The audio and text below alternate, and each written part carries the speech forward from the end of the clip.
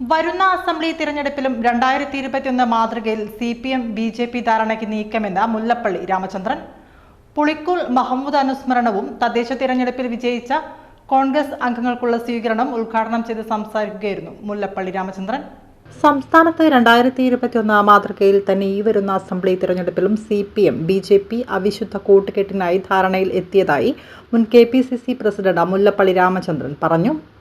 ഇത്തരം സഖ്യങ്ങളെ അതിജീവിച്ച് UDF assembly തിരഞ്ഞെടുപ്പിൽ മികച്ച വിജയം നേടുമെന്ന് അദ്ദേഹം പറഞ്ഞു. വടകര ബ്ലോക്ക് കോൺഗ്രസ് കമ്മിറ്റി നടത്തിയ കോൺഗ്രസ് നേതാവ് പുളിക്കൂൽ മഹമ്മൂദ് അനുസ്മരണവും തദ്ദേശ തിരഞ്ഞെടുപ്പിൽ വിജയിച്ച കോൺഗ്രസ് അംഗങ്ങൾക്കുള്ള സ്വീകരണം ഉദ്ഘാടനം ചെയ്ത് സംസാരിക്കുകയായിരുന്നു അദ്ദേഹം.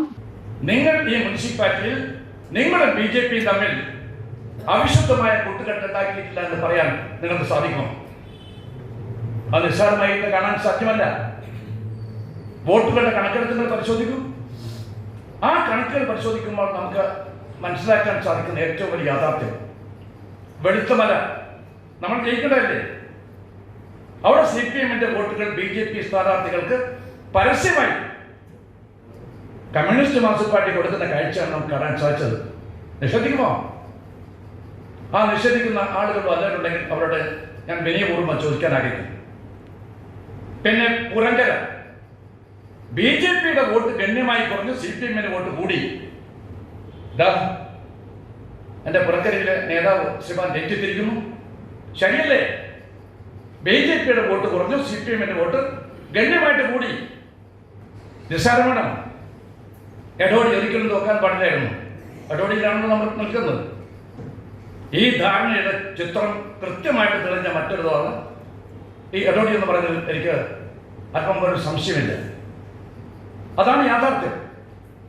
പിന്നെ 1-ാം വാർഡ് എടുക്കും, സതീശന്റെ സ്വന്തം നാട്. അവിടെ ഞാൻ പരിശോധിച്ചു, സതീശന്റെ ഒന്നും എന്നോട് പറഞ്ഞിട്ടില്ല.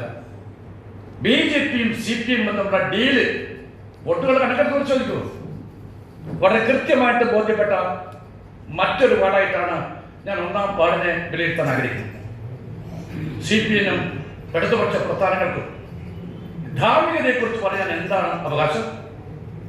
ആ ധാർമ്മികയുടെ അടിത്തറ കമ്മ്യൂണിസ്റ്റ് മാർക്സിസ്റ്റ് പാർട്ടിക്ക് നഷ്ടപ്പെട്ടത് കാലം എത്രയായി?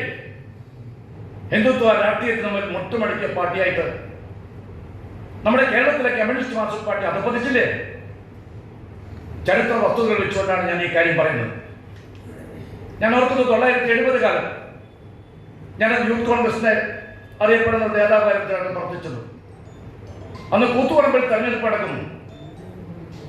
ശ്രീമാൻ പിണറായി വിജയനായിരുന്നു അവിടുത്തെ സ്ഥാനാർത്ഥി.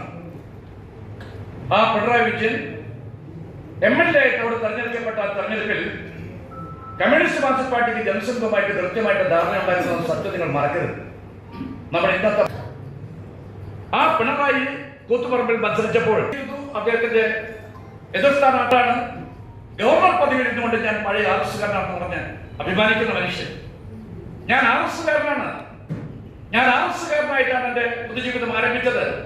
എപ്പോഴും ഞാൻ RS-കാരനാണെന്ന് പറഞ്ഞ ഇന്ത്യയിലെ ഏക ഗവർണർ അദ്ദേഹമാണെന്ന കാര്യം മനസ്സിലാക്കണം. വിഷം ചീറ്റുന്ന തരത്തിലുള്ള വർഗീയത മനസ്സിൽ നടത്തുന്ന മനുഷ്യനാണ് നമ്മുടെ കേരള ഗവർണർ എന്ന് പറയുന്നത്. നമുക്ക് ആർക്കെങ്കിലും നിഷേധിക്കാൻ സാധിക്കും?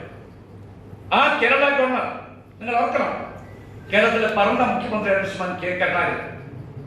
അതേ കേരള ഹൗസിൽ പോകുന്ന സമയത്ത് അന്ന് കോൺഗ്രസ് സംബന്ധിച്ചായ നേതാക്കന്മാരും മന്ത്രിമാരുമായിട്ട് ആത്മബന്ധമുണ്ടായിട്ടും ഒരു മന്ത്രിയും ശ്രീ K. കരുണാകരനെ കാണാൻ വേണ്ടി കേരള ഹൗസ് വരാറില്ല. അത് പ്രോട്ടോകോളിന് വിരുദ്ധമാണ്. പക്ഷെ പിണറായി വിജയൻ കേരള ഹൗസിൽ പോയപ്പോൾ അദ്ദേഹത്തെ കാണാൻ വേണ്ടി കേരള ഗവർണർ വന്നു എന്ന് മാത്രമല്ല, അദ്ദേഹത്തെ കാണാനും കാര്യങ്ങൾ സംസാരിക്കാൻ വേണ്ടി ധനകാര്യമന്ത്രി നിർമ്മല സീതാരാമൻ വരെ അവിടെ വന്നു എന്ന് പറഞ്ഞാൽ ആ ബന്ധത്തിൽ